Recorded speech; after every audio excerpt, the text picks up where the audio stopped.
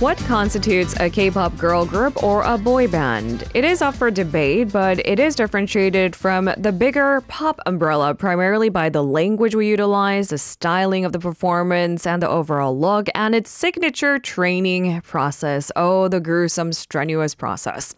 And major labels in Seoul are banking on the latter aspect, eyeing a chance to expand on the K-pop genre by exporting that very system to foster the best K-pop group members. For further analysis, we're now joined by culture critic Isaac Kim. Good morning, Isaac.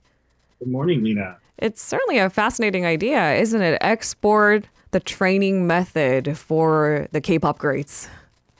Yeah, I mean, if you think about it like any other industry, first you might have seen like Korean cars being exported from Korea, right? Made in Korea, exported out.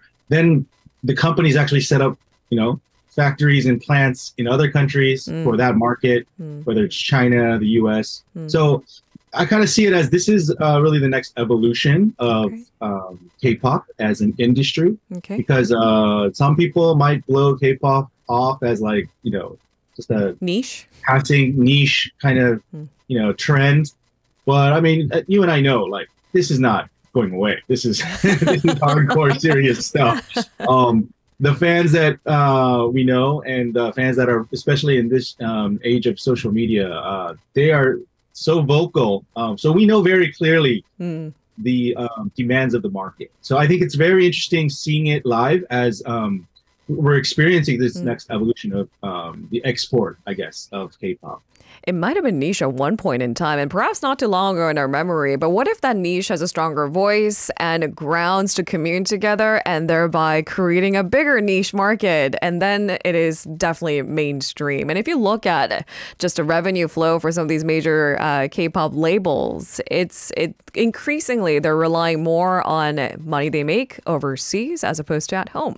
We'll get to that in just a moment, but first let's look at the stories that inspired today's discussion topic. We have previously discussed HYBE's project, The Dream Academy. It turns out JYP also has plans to debut a girl group by the name of Picha in the North American music market. How do these two projects compare, and are they kind of eyeing a similar natural progression? Yeah, I think, like, for example, Picha, spelled V-cha, right? Like the acronym. Spelled V-C-H-A. I mean, when I saw the first name, I was like, what does that mean? I was so curious, right? Is it an acronym? Is it, and then obviously, Picha, like, it's like the Korean, in Korean it makes sense. But, the progression I see is, that group and that concept, trying to make K-pop for America or more palatable. I think it makes sense. It's a typical, not typical, but it's a classic, competition survival type of, show that they were utilizing as a medium, but focusing on North America. So but some of the people may be, like, kind of startled to see so many diverse faces in a supposed quote unquote K-pop group. Right. But it makes it doesn't hide any of that, right? It's going for a different market. It's, it's focusing a little bit differently. It's adapting to the target. So I think the difference, I think, compared to Vicha is that the Dream Academy, they've been very vocal too, very clear from the beginning that they're differentiating themselves by becoming, focusing on making a global pop group, right? Like so it's like the K-pop is now pop, as the niche has become mainstream. So it's like focusing on, hey, this is not just Korean pop. This is pop music. It's the next evolution of pop music, and you've got the biggest label in Korea with one of the biggest labels in the world, Geffen Music, and their combination to do, hey, let's do something really global. So I think both of them are very, not only are they new, but they're also focusing on different kind of targets. And even though they're kind of overlap, there is a little bit of an overlap, but I think both concepts are very fresh. We're looking forward to it. And it's exciting because there's been a lot of slowdown in the last few years, right? Because of COVID and whatnot. So coming out with force to show that, hey, K-pop is not going away, and we are now pop. Like what's up? Yeah, I can see the catchphrases already. K-pop is pop, and that is groundbreaking. And it does seem like they're taking this well-known K-pop training system and applying to perhaps reach a wider audience, which is why there are more multicultural, multi-ethnicity being highlighted, and primarily a lot of these talents who would be part of this so-called K-pop group would be English speakers. Okay, so that's where we stand. There are these two major projects set to both be unveiled in full scale come next year. So we'll have to see what Picho and the Dream Academy is all about. Now, the rigorous K-pop girl group and boy band training system, it relies heavily on many things, but I think recognizably, it relies so heavily on the sacrifice of young aspiring talents when it comes to time, dedication, and in some worst cases, even compromising their identity. It's not so much about who they are as a person. It's about who they are as a collective, as a group. How would the system hold up in the US where, to generalize a bit, we're taught to be more individualized, to stand out, to be noticed in the crowd? Yeah, definitely. This is a criticism of K-pop from the beginning. So I think it's interesting because in the past there have been a lot of failures in for K-pop groups or K-pop training system to kind of be accepted. There's been a lot of criticism of it as well. But the way I look at it is, that system has not been stagnant, right? It's been evolving. It's been becoming more efficient in Korea. It's created a larger industry, more specialized professionals in the industry. And now we're seeing another, I think, iteration of that, of this evolution. And so maybe the timing is a little bit different now, whereas, the sacrifice and the hard work of the young talent, like that is not something that is, that is something that is very like, common or very understandable culturally to Koreans, the dedication, the loss of my identity for the sake of the group, which is very different from like, many of the many individualistic, cultural aspects of American culture.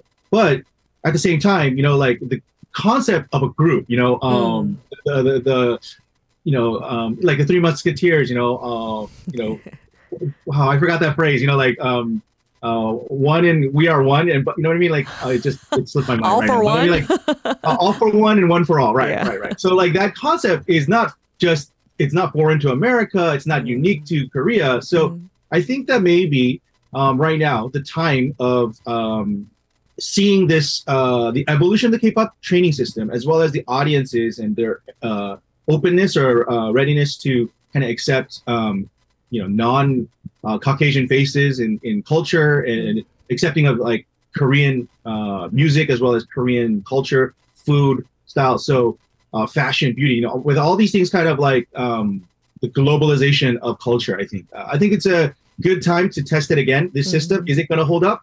If I think the criticism of the past is not going to hold up. The criticism is not going to hold up. I think that the systems are going to show that they have evolved. They're robust. Many years ago when K-pop groups used to, there was a big controversy when members of the groups wanted to fight with their labels, and like slave contracts and all these things. And there were a lot of horror stories of trainees who, came to Korea and, they went through a hard time. And now, obviously, it's not everything is perfect, but things have changed a lot. It's 2023. The industry has changed. The executives that are working at these labels are no longer, they're not only the same, group. It's grown, right? So you've got younger executives that are working, so you've got different generations of culture within these companies. So I mean, I think this is part of the reason, the secret, I guess, in a sense. Okay. But yeah, definitely the system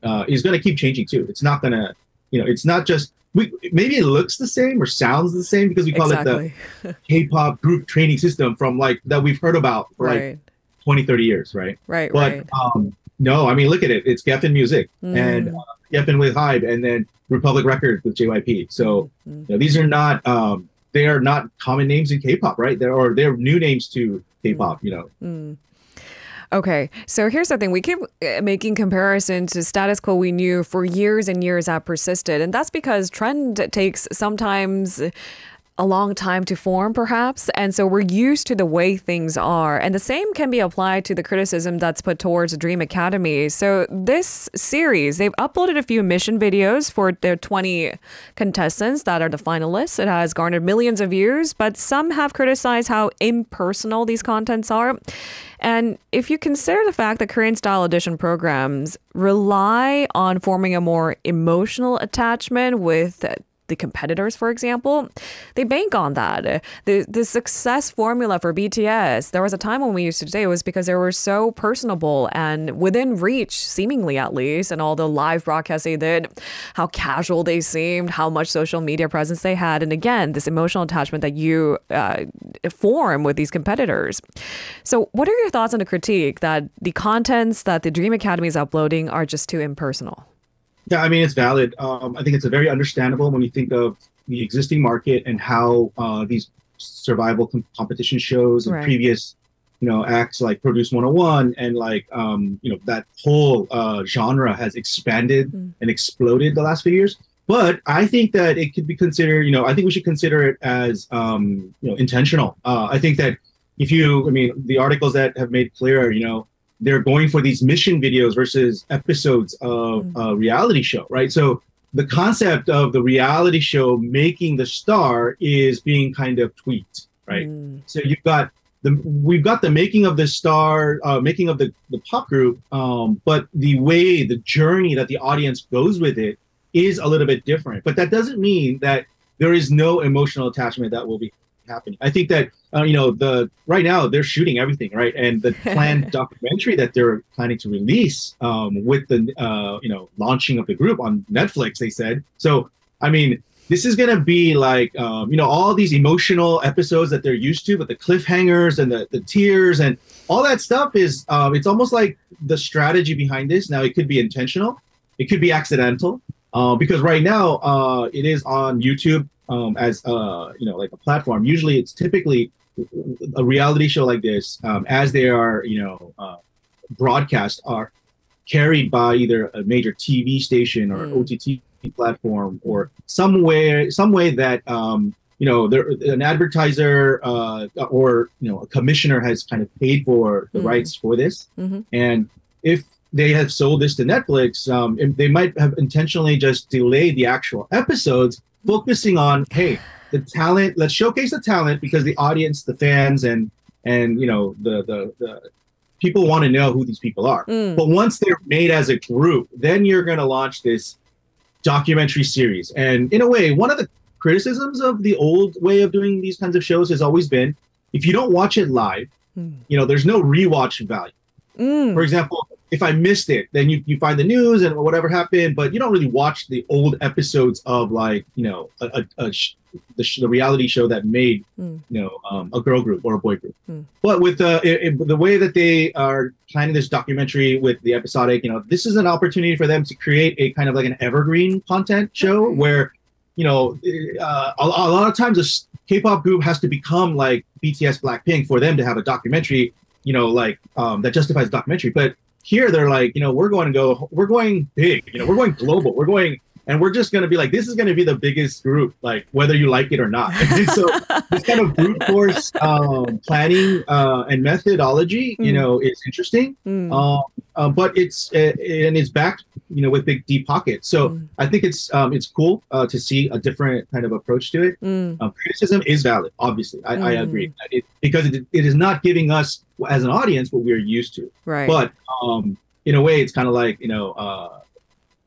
best things comes to those who wait, and so I think if the audience is willing to wait, and I think the hardcore K-pop audience is going to wait, like they are willing to wait. So when that happens, when it launches, I think the hardcore audience is going to be satiated, as well as it's got the potential legs to reach a larger audience because you've got the time to actually create a narrative and edit it in an evergreen format, so that our parents will be like, or our friends will be like, hey, what's this new group that you guys are so into, which debuted in 2023, but in like 2025 they'll be like, who were they? And then they could look at this documentary or this show on Netflix and be like, oh, I'm caught up, instead of I missed out of all that like emotional attack.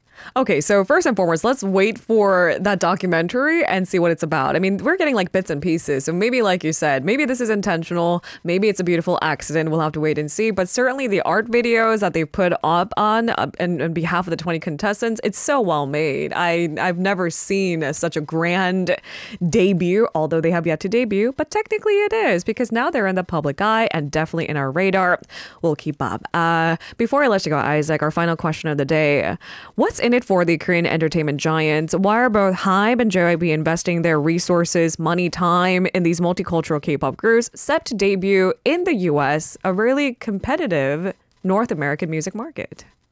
Well, I mean, I think it's the it's the dream of all of all industries to make it in America, right? Like whether it's where you start out and in a tech company and you want to get seed from or IPO in Silicon Valley or on Wall Street, or why even companies will create a brand and then with the hope, with this desire and the dream of scaling to a larger audience. The population size of the American audience is also very big compared to Korea, as well as it is the launching pad to really be a global brand throughout the rest of the world.